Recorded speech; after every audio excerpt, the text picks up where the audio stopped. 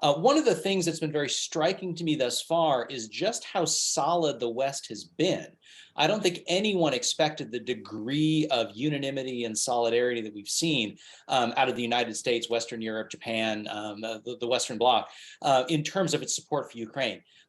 It's not clear what will shake that. It has not really been seriously shaken yet, but certainly there's got to be concern that a cold winter and a hard winter will be difficult for Ukraine, but it also will be difficult for voters in the West. As the war in Ukraine enters its ninth month, that's quite a thought, isn't it? The conditions are getting colder at once more. When Germany tried to invade the Soviet Union, which included Ukraine at the time during the Second World War, harsh winter conditions led to their failure. Something similar happened to Napoleon, of course, as well.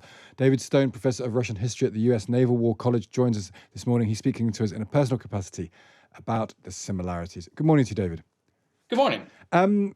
There's that phrase, isn't there, that we had to learn back 9 months ago, Rasputitsa, which I think is sort of mud season where things all slow up. Do you think it's likely that winter will impact on progress of the war or progress of the defense of Ukraine?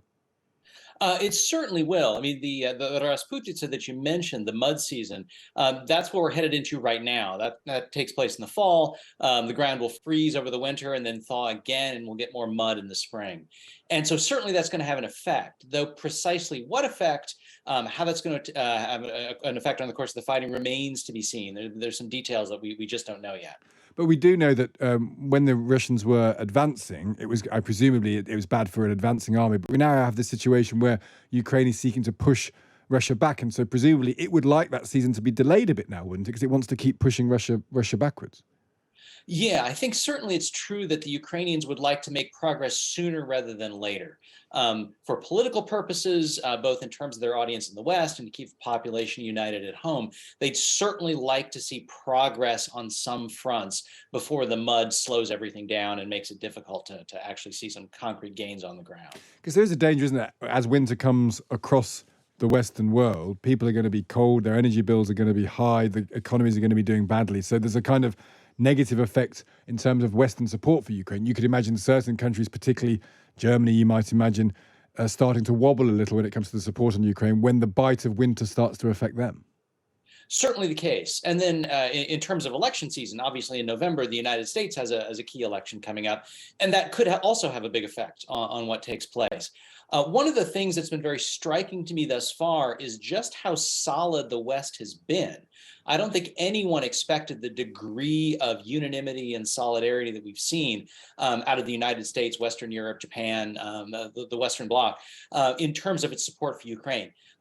It's not clear what will shake that. It has not really been seriously shaken yet, but certainly there's got to be concern that a cold winter and a hard winter will be difficult for Ukraine, but it also will be difficult for voters in the West. The front page of the Times today has 30% of Ukraine's power plants destroyed by Russian strikes. And I wonder what the effect of that is, because there's a line of thought that when you bomb civilians as an invading force, you actually in some way strengthen the resolve because people see it so unacceptable they have to fight the invader. What's the impact of targeting infrastructure like energy? Because presumably a very cold winter in Ukraine, which gets cold winters, if there's no light or heating, that could be a serious problem.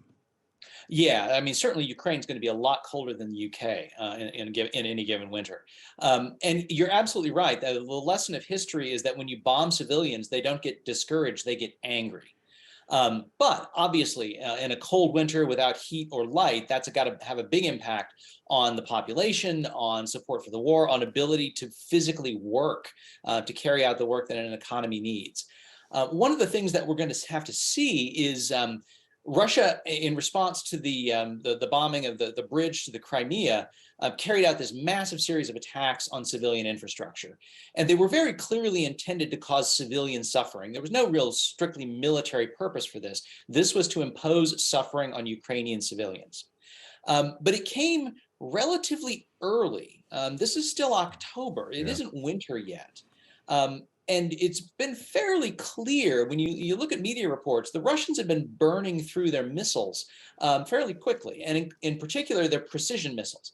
And so they're hitting Ukrainian targets with a dwindling supply of missiles before the winters really started to hit. So one of the big questions is going to be, how fast can Ukraine repair its stock of power plants and sort of both heating plants and power plants? And are the Russians going to be able to keep hitting them as the winter continues?